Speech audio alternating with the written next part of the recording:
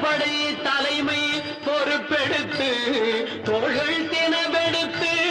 சூரன் உடல் கிழித்து தேவர் படை தலைமை பொறுப்பெடுத்து தோள்கள் தினவெடுத்து சூரன் உடல் கிழித்து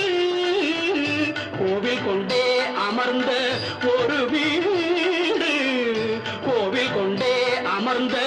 ஒரு வீடு கடல் கொஞ்சம் செந்தூர்